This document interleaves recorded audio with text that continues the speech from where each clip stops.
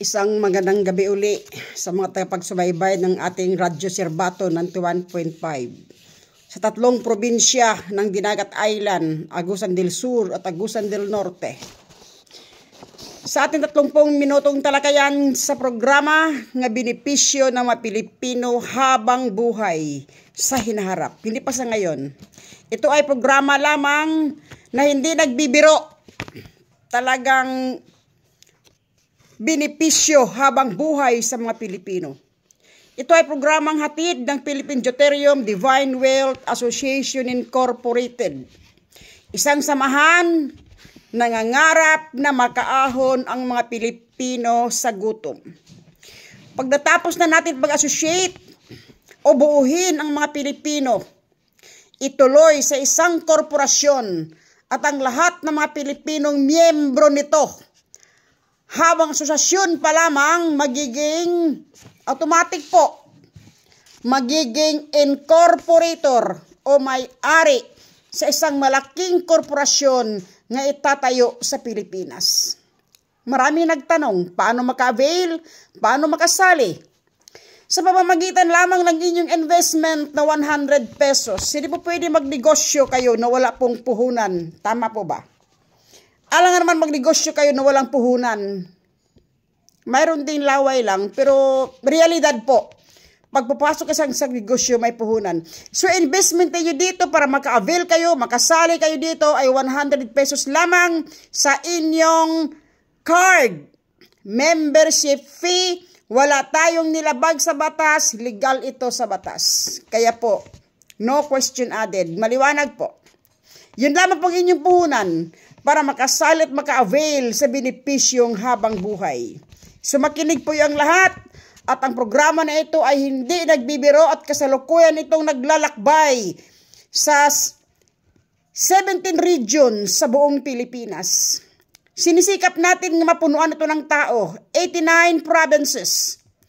1,400 mahigit o kumukulang cities and municipalities at 45,000 more or less o 42,000. Basta gano'n, no? Ang mga barangay sa buong Pilipinas. Sinikap natin nga malagyan natin ng tao kaya ang ating proyekto ay buong Pilipinas po. National ito. Kaya I'm sorry sa mga, actually sa ibang bagay natin pag-usapan yung tungkol sa mga accreditation na yan. Tutok mong tayo. Dito sa membership, pasok talaga ang maraming critics. Pero hayaan na natin, no? Kasi kailangan maganap sa Pilipinas ang plano na ito, itong huling panahon na ito. Wala na pong ibang panahon. Ito yung isa sa mga laman ng ating pag-uusapan, no? Kailangan. Dito sa membership fee ninyo, ito yung magtuturo sa inyo na kasama na kayo sa mga beneficiaries. Kasi ang titulo ng ating ID, makikita ninyo dito, wala lang akong sample sa harapan, Beneficiaries ID Card. Hindi ayuda. Hindi po ayuda. Okay. So, ngayon, marami tayong pag-uusapan. Kasi ayon sinasabi ko na, ang availment o paraan para makasali kayo sa programa, kuha lang kayo ng isang ID na may numero o control number one time, hindi po renewable, at ito ay magtuturo sa iyo.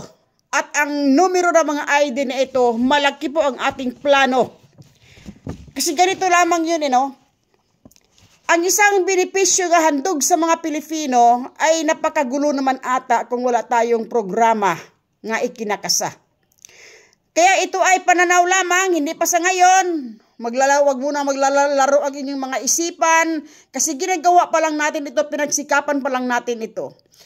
Pagdating sa panahon nga matupad ito na mayroon ng isang korporasyon ng mga Pilipino na kasama ka nga na magbenepisyo na kayo, napakagulo kung walang sistema.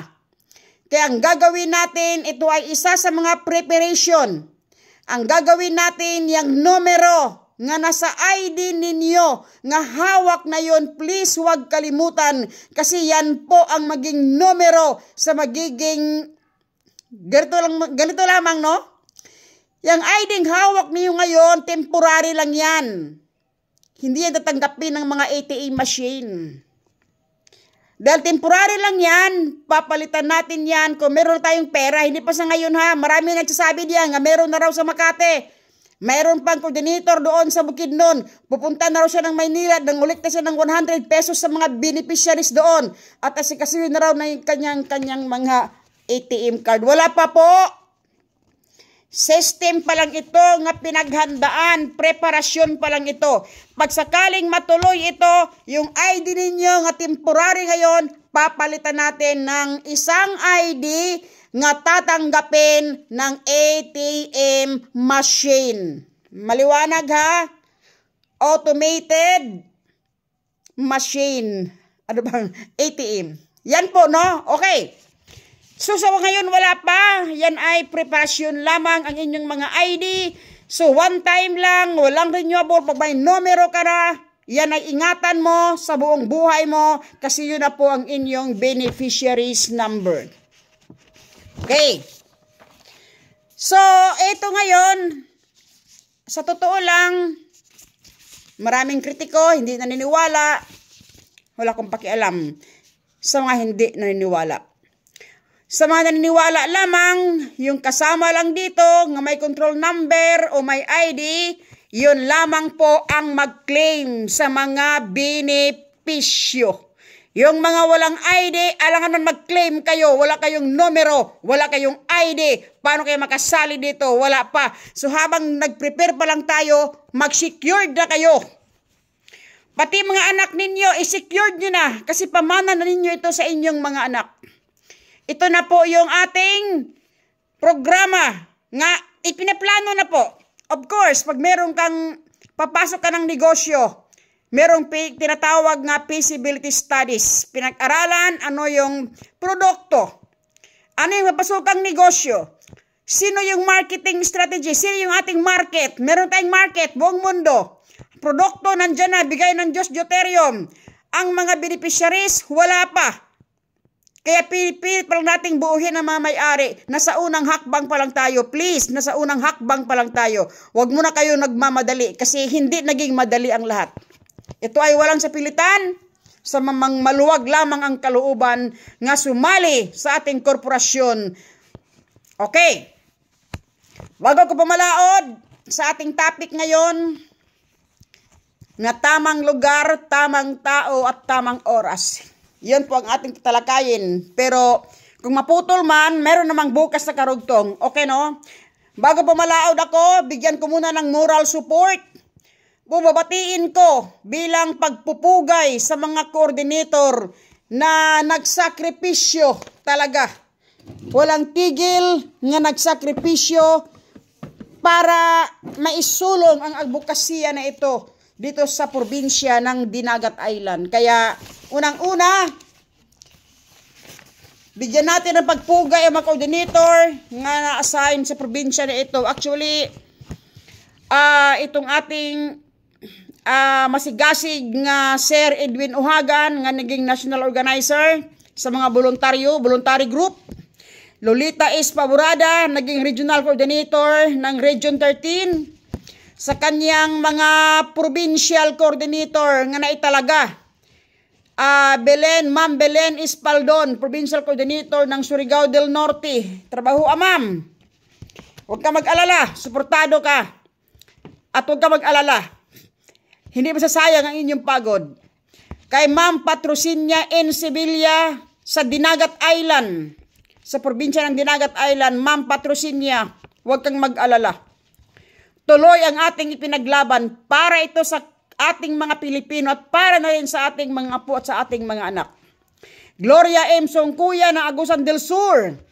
Perlita G. Baldon, naging provincial coordinator ng Agusan del Norte. Sa mga municipal coordinator naman, kay Marta Dali Bernal, city coordinator.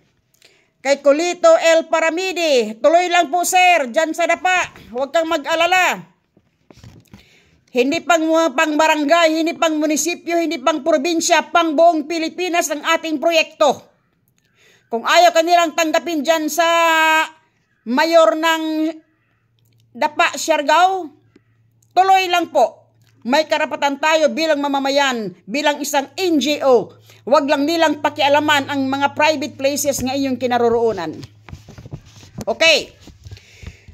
Kay Marilo Espinido ng San Benito, Siargao, Belma in Sevilla. Ma'am Belma, alam ko nahirapan ka dyan sa Del Carmen sa ngayon. Ito lang masasabi ko, no? Kung tinanggal nila yung tarpaulin na nakakabit sa bahay ng ating coordinator, kailangan magkaroon kayo ng video. Kung ayaw nilang videohan, huwag kayong pumapayag. Karapatan niyo yan nga magkuha ng video kasi sila ang sumusugod sa inyo. Trespassing po sila. Private property, wala silang karapatan sa kanilang ginagawa. Magtanong tayo sa ating abogado kung tama pa ba si Kapitan nga tanggalin niya yung tarpaulin na kakakabit sa bahay ng ating coordinator. Trespassing po siya. Ipagtanggol natin ang ating sarili. Kung sakaling makuhanan ninyo siya na nasa social media, dalhin natin ang kanyang account sa krame, magtanong tayo kung ano ang mga proseso. Kasi ito ay cyberbully. Huwag lang mangbubuli. Kailangan napatunayan muna nila doon sa korte nga tayo ay scammer saka sila magkaroon ng karapatang magsalita na scammer ang PDDY. Tandaan niyo yan mga coordinator. Kay Crosel E. Abinusa sa Burgos, Siargao, Felin M. Olita, San Isidro, Siargao. Tuloy-tuloy lang kayo mga coordinators. Ipaglaban natin ang ating karapatan, paglaban natin ang soberanya ng ating kayamanan. Kay Nida Dalubata ng Season, Surigao del Norte. Thank you ma'am, Nida. Kay Sir Antonio Dugidol, Placer, Surigao del Norte. Beberlina Unday ng naging city coordinator ng Butuan City. Antayin mo ang Butuan City. Magkaroon tayo ng radio station dito. Dahan-dahan lang muna sa proseso. Kay Georgia Natinga. Okay. Itong mga taga Lanao del Norte. Thank you ma'am Georgia. Kay Marcial Hubahib. Sa Linamon, Lanao del Norte. Kay Rosalinda Argalion, Kapatagan, Lanao del Norte. Kay Mary Jane Orsal, Balay-Balay City, Bukidnon. Chupilo Taglinaw Jr., Kabangkalan, Kabanglasan, Bukidnon. William N. Sevilla, itong Libho, Diragat Island. Tutukan natin ang Libho. Samantalahin natin nga ang ating mayora, napakabait, ma'am. Ma'am Melody Llamera Compansibo. Thank you, ma'am. Malaking tulong din kami sa inyong karera. Eduardo Tuaso ng San Jose, Dinagat Island. Actually, yung marami pa, Sir Edwin, Ma'am Lolita, yung marami pa nito, ibigay mo sa akin para makilala naman sila dito sa area. Okay. Ngayon po, nag-iwan ako sa inyo ng 3 katanungan. Ito yung ating unti-unting talakayin sa inyo tungkol sa deuterium na tanging sagot sa kahirapan. Tamang tao, natalakay ko na ito, nagkaroon ako ng hint sa inyo nung nakaraan. May kasagutan na pero hindi pa po gaano malinaw. Ang magbukas nito ay kailangan may ginintuang puso. Isang individual na ang pakay ay para sa pakinabang ng mga Pilipino. Hindi po susuluhin ang negosyo. Hindi po mamumuhunan para sa sariling pamilya lamang. Bihira po ang individual na ganito. Ang kaniyang pakay alinsunod sa ibig sabihin ng Diyos sa langit. Nga pinanggalingan ng deuterium divine wealth ito. Ang gusto ng Diyos sa langit, nga ang magbukas nito isang individual na hindi pang sariling interes. Kung may mga negosyante dyan na may pera, na balak kayong mamumuhunan na ang interes pang sarili lamang, I'm sorry sa inyo. Marami na nagtangka ng deuterium na ito, hindi binigay ng Diyos sa kanilang mga kamay. Kasi ito ay hindi pwedeng pakinabangan ng mga tao na makasarili. Pasensyahan tayo. Sinisigurado ko, mayroon dyan sa Dapa, Siargao nga nagplano ng magbukas ng deuterium kaya ayaw niya magipagtulungan sa atin. Pilipino ito, nakakalungkot. Pero pang sariling interest, I'm sorry sir, hindi mo ito makukuha kung para lang sa iyong sarili ang pakay mo. Pangalawa, lalong hindi ito para sa mga foreigner. May mga foreigner ngayon nga nagsipasok sa ating bansang Pilipinas at makikinegosyo sa atin. Hindi maaari, may Diyos po nga nagplano ng lahat na ito. Hindi ito makukuha ng mga oligarko, mga malalaking negosyante nga hindi maaari. Hindi ito makukuha sa mga politiko. Kasi ang mga politiko, aram naman natin rampant ang korupsyon sa ating mga politiko. Hindi nila makukuha ito kasi may pakay ang Diyos dito. Ang magbukas ng ating deuterium, isang individual na ang pakay niya ay para sa kapakanan ng marami. Sa totoo lang, hindi ito pwedeng ibigay kahit pa bilyong-bilyong dolyares. Nasubukan ito ng OPEC sa panahon ni Cory 1987. Bilyong dolyares ang kanilang nilaan sa Surigao, pero hindi binigay ng Diyos. May bantay ang kalikasan. Alam niyo yung dahilan kung anong nag-failure ang OPEC nito, yung Overseas Private Investment Corporation? 14,000 PSI, pound per square inch. Bantay ng kalikasan para hindi ito pwedeng pakialaman ng human technology. Ang magbukas nito, kailangan malinis ang puso sa tamang tao. Malinis ang puso, may golden heart. At ang kanyang programa, golden, ginintuan din. Paano maging ginintuan ito? Hindi pang sarili. Para sa kapakanan ng mga Pilipino, lalo na yung mga nagugutom sa bansa. Yan ang target natin. Ikinasa ng isang abogado ang programa para sa pag-aho ng bansa at sa pagwakas ng gutom sa Pilipinas, kaya tinatawag natin ang kanyang puso na golden heart. Ito po siya. Ipapakita ko sa inyo ha, pero sa video ito, sa radio station, hindi po. Sige lang, di bali. Makikita din niyo sa YouTube channel ang aking episode sa gabing ito. Kaya nga ang tamang tao magbukas nito ay kailangan Pilipino. Hindi foreigner ha. Kahit pa binubuksan ng ating gobyerno ang ating bansa ng 100% full foreign ownership law when it comes to business, lalo itong ating hydrogen. Hindi po. Kung ayaw ng Diyos sa langit, wala silang magagawa. Ang tumbok na tagapagmana na magbukas nito, isang programang ginintuan para sa lahat. At pangalawa, yung tumbok na pamilya ng Diyos nga tinuturing, itong mga gutom, hubad at uhaw sa Pilipinas. Alam na nating lahat. Paulit-ulit ko na itong binabanggit sa inyo na yung gutom ay yung mga sa taas ng inflation rate. Kulang. Yung mga hubad, mga Pilipino na walang pag-aari sa sariling bayan. Yung mga biktima ng mga injustices. Okay. Sa ngayon, balitaan ko kayo, nagsimula na pong buuhin ng malaking pamilya sa Diyos. Itong nagmamay-ari o magmamana ng deuterium sa Pilipinas. Nagsimula na po naglalakbay ang ating programa ng Philippine Deuterium Divine Wealth Association Incorporated, handog na benepisyo sa mga Pilipino. Huwag kayo mag-atubiling sumali, mga kapwa ko Pilipino. Tayo ay dadako sa topic na tamang lugar. Ito'y mahabang talakayan. Never mind. Kung hindi man ito matapos ngayon, bukas dugtungan ko uli. Sa 120 ka milyon nga Pilipino sa buong bansa,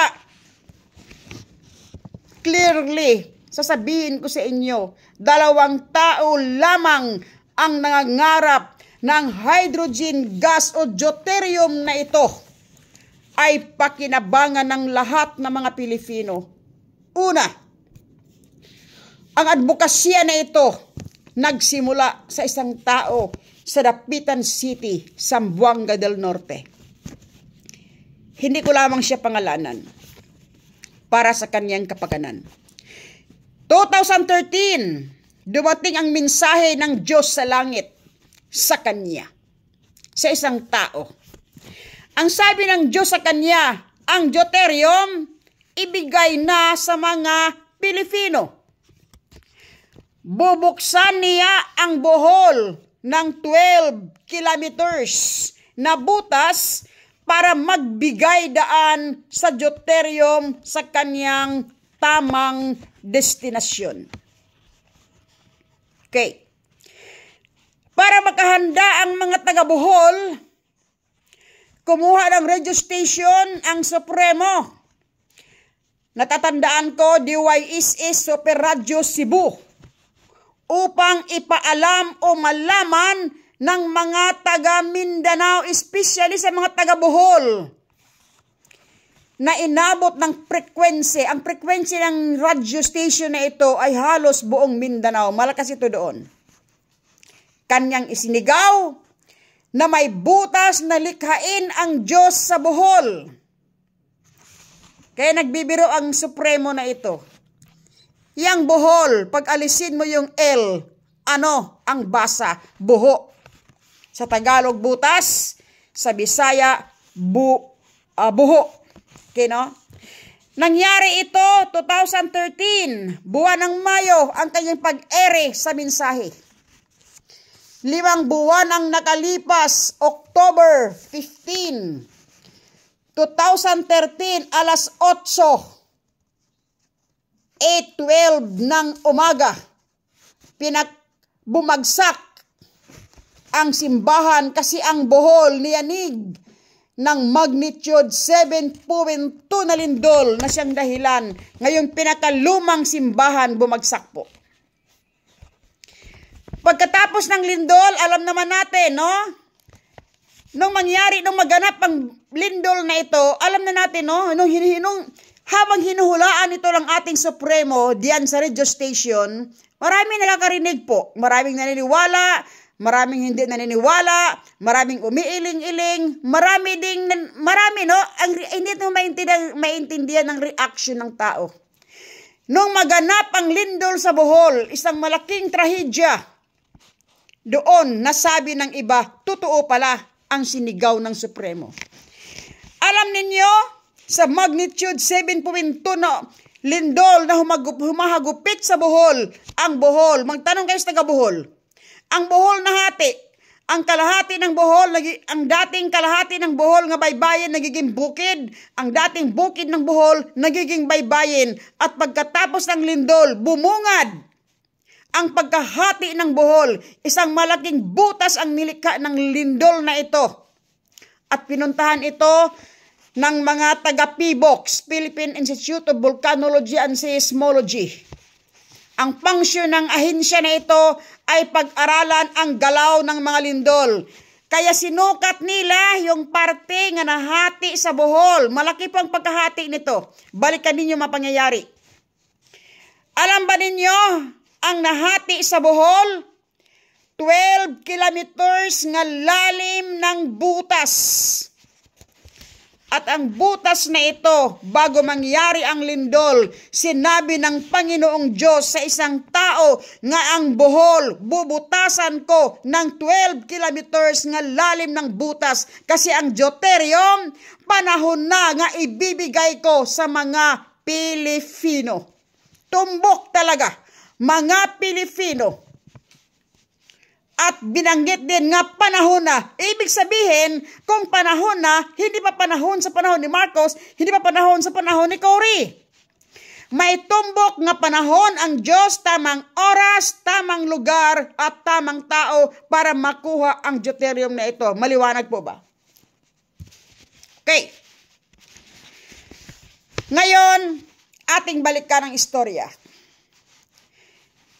Insakto ang sinasabi ng Diyos doon sa isang tao nga bubutasan ko ang Bohol ng 12 kilometers, at ang resulta sa pag-imbestiga ng mga PBOX, insakto talaga 12 kilometers.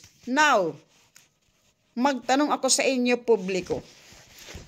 Ito ba ay nagkataon lamang? Ito ba ay nagkataon lamang. Ano ang ugnayan ng pagkabutas ng Bohol at ng deuterium sa buong mundo? Mahabang talakayan po.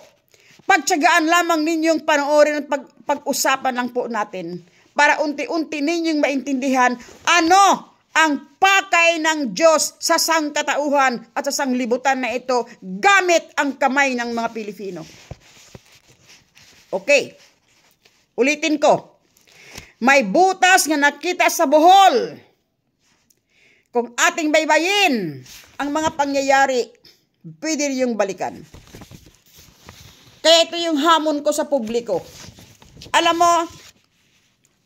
ko marami itong naniniwala. Maraming hindi naniniwala. Maraming naniniwala. Ito lang masasabi ko sa mga hindi naniniwala, wala akong pakialam sa inyo. Wala akong makukuha sa inyo. Wala din kayong makukuha sa akin. Pero bilang Pilipino, pag-uusapan natin ang mga bagay na may kinalaman sa dugo mo at sa dugo ko. Yun lamang ang gusto kong mangyayari sa mga oras na ito. Wala akong pakialam sa inyo. Maniniwala kayo o hindi, nasa inyo na po yan. Kung ano yung inyong mga iniisip. Basta ang deuterium ay kalikasan galing sa Diyos. Siya po ang may plano ng lahat na ito. Kaya walang mag-question dyan kung ano na ba. Alam mo maraming mga katanungan. Unti-unti ko sasagutin. Huwag kayo mag-alala. Maraming mga tanong. Kaya ba ng mga Pilipino? Walang pera ang Pilipinas? Payagan kaya yung PDDY sa ating gobyerno? Napakaraming tanong po. Huwag kayo mag-alala. Unti-unti kong sasagutin sa inyo yan. Ano yung ating mga hakbangin? Ano yung ating gagawin para mapasakamay ito ng mga Pilipino? Kasi marami pong panganib. Yung 16 countries na yan, papasok yan sa Pilipinas, yung oil producing countries, mawawalan sila ng kabuhayan. Kasi yung gasolina nga tanging pinagmula ng kanilang kabuhayan, maglaho na po yan. Diyos ang may pakanan nito. Diyos ang may gusto niyan. Kasi hindi na tayo safety nga maninirahan sa ating planeta dahil sa taas ng carbon emission. Hindi na tayo malusog. At ang ating planeta hindi na rin malusog. Kaya yung gamot sa ating planeta, only deuterium at nagkataon nasa Pilipinas. Dapat magbunyi kayong mga Pilipino eh. Huwag kayong mag-critics dito eh. Okay. Wala tayong oras. Bukas pag-usapan natin. Mag-science tayo bukas. Ano ang ugnayan ng pangyayari sa Bohol at ng pangyayari sa Dapitan City, Zamboanga del Norte? Ito kasing Dapitan City. Bukas, no? Malamang bukas, ubusin ko yung aking oras muna para ma-absorb ninyong lahat. Ano ang pangyayari sa Bohol? Anong ugnayan sa deuterium? At bakit panahon na? Napakarami nating talakayan. Actually, nabibitin ako sa oras natin eh. Isang araw siguro, Sir JB, habaan natin ito. Kasi sa ngayon, 2 minuto na lang ako. Mga pagbati na lang, no? Babatiin ko, no? Ito special ito. Bago ko makalimutan, meron kasi akong special nga coordinator nga nakilala. Noong galing ako sa Mindanao, doon sa Maguindanao, no? Sa 3rd Assembly, na kung saan hindi ko inaasahan ang pagtangkilik ng mga tiruray na mga Pilipino doon, mga kapatid nating tiruray. Alam ba ninyo, hindi magkasya sa gymnasium? Sa plaza? Sa labas? Yun ang response ng ating mga kababayan. Galing ako doon, pizza 22, pagka 23, pumunta kami sa Banga, South Cotabato, at doon merong isa nag-invita, si Ma'am Cha. Ma'am Cha, marami tayong mga IPs nga galing sa kabundukan. Bumaba lang po talaga sila para ma-meet natin at magkita kami ng personal. At doon nagaganap ang lahat. Meron ako hindi makakalimutan sa iyo, Ma'am Cha. Congratulations. Na-hit mo kung bakit ang tao makinig ng diretso talaga, atensyon talaga, at makinig sila. Bakit po? Binusog mo muna kami bago magsimula ang meeting. Napakasaya nun. Hindi ko makalimutan. Congratulations sa ating masigasig na si Ma'am Cha, diyan sa Banga, South Cotabato. Umalis po na napakasaya ng ating mga coordinator kasi naintindihan nila kung gaano kahalaga, gaano kasarap, gaano isipin nga wala pa nga pero nangangarap na tayo sa isang tiyak na kinabukasan. Yun lamang po ang aking masasabi. Maraming salamat. Bukas, mag-science tayo ng kaunti. Tutok lamang kayo itong sa YouTube channel ni Ate Dina. Itong pinapanood ninyo ngayon ay malalaman din ninyo sa YouTube channel ni Ate Dina. Research lamang ninyo. PDDY Secretary, and please like, share, and subscribe. Magandang gabi.